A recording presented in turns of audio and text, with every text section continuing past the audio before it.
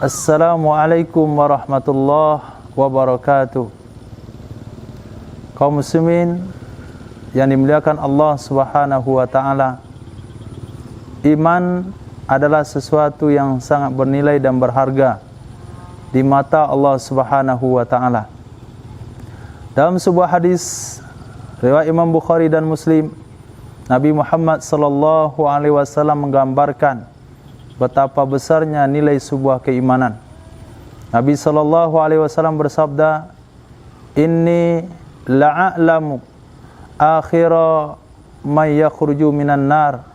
Saya sangat tahu sekali siapa yang paling terakhir dikeluarkan dari neraka, wa akhira dukhulan fil jannah, dan yang paling terakhir masuk ke dalam surga, yaitu seorang laki-laki yang keluar dari neraka dalam keadaan merangkak. Dialah orang beriman yang terakhir sekali dibangkitkan oleh Allah dari sebuah neraka. Kemudian orang tersebut dipanggil oleh Allah Subhanahu wa taala, kemudian dipersilakan masuk surga. Maka orang beriman ini pun masuk ke dalam surga Allah Subhanahu wa taala. Ketika dia mau masuk dan sampai di pintu gerbangnya, yukhayyalu ilaihi annaha mal'a, dikhayalkan kepadanya surga itu sudah penuh. Maka dia kembali kepada Allah Subhanahu wa taala dan mengatakan, "Wahai Allah, surga sudah penuh." Allah katakan, "Pergilah kamu, masuklah ke dalam surga."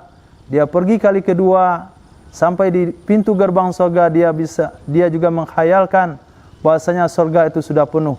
Kemudian kembali ke hadapan Allah, "Wahai Allah, inni wajadtuha mal'a."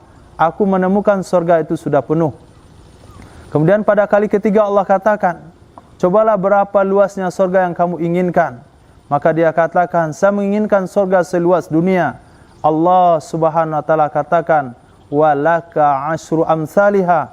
Bagi kamu mendapatkan surga 10 kali lipat dunia.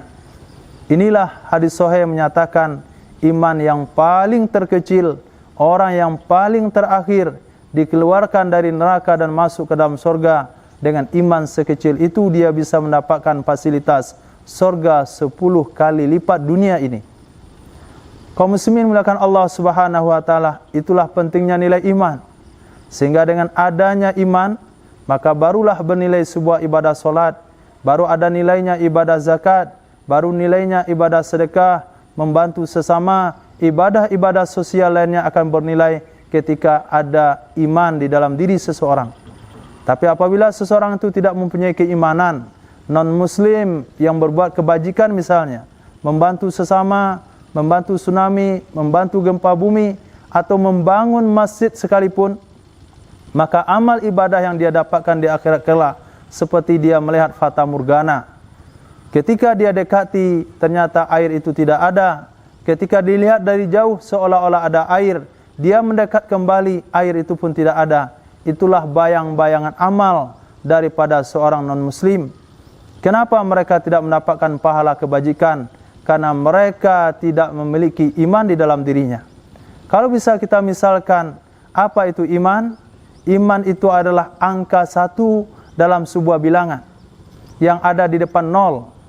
0 pertama solat, 0 yang kedua zakat, 0 yang ketiga haji, 0 yang keempat sedekah, 0 yang kelima berbuat kebajikan, 0 yang keenam membantu sesama.